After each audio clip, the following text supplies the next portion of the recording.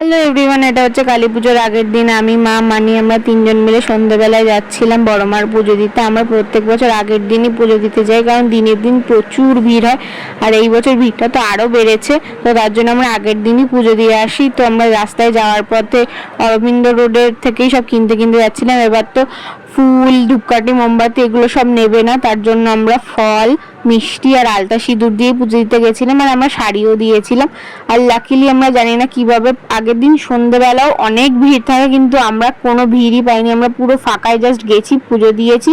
তারপর দেখলাম যে মাকে গয়না পরানো হচ্ছে। এবছর আগের দিন থেকে গয়না পরানো শুরু হয়ে গেছে। প্রত্যেক বছর তো দিনের দিন সকালবেলা থেকে গয়না পরায়, কিন্তু এবছর আগের দিন থেকে গয়না পরানো হচ্ছিল। তাই আমরা একটু দাঁড়িয়ে দেখছিলাম মায়ের গয়না পরানো, কিন্তু মায়ের মুখটা ভালো করে দেখা যাচ্ছিল না, কারণ ওই সামনের ওই কাঠটা দেওয়া রয়েছে। দিনের দিন কাঠটা সরায়, তারপরে মুখটা ভালো করে দেখা যায়। তো আমরা যেইটুকু দেখতে পাচ্ছিলাম দাঁড়িয়ে দাঁড়িয়ে একটু দেখছিলাম মায়ের গয়না পরানো। আর অনেক লোকই সেই সময়ও এসছিল, ভিড় ছিল মোটামুটি। তারপর আমরা 14 প্রদীপ দেওয়া হয় আমাদের পুজোর দিন, তো তার জন্য মা প্রদীপ কিনছিল।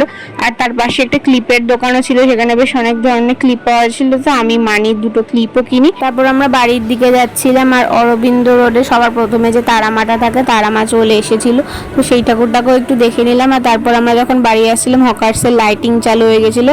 হকার্সের সেদিনকেই উদ্বোধন হচ্ছিল, তখন তার জন্য সব লাইট জ্বালিয়ে দিয়েছিল। আর এবার তো ওই চন্দননগরে বাগবাজারে যে লাইটিংটা করা হয় রাস্তায়, সেরকমই লাইটিং করা হয়েছে হকার্সের। হকার্সের প্যান্ডেলটাও সুন্দর হয়েছে। তো তারপর আমরা বাজি কিনে বাড়ি চলে আসি। তারপর বাড়ি এসে মানির মনে পড়েছিল যে মানির কিছু কেনাকাটি করা দরকার, তার জন্য আমরা আবার বেরিয়েছিলাম। সেই পার্টটা আসছে পরে। তো আজকে ব্লগটা এটুকু। যদি ভালো লাগে থাকে please do like, comment, share and subscribe to my channel.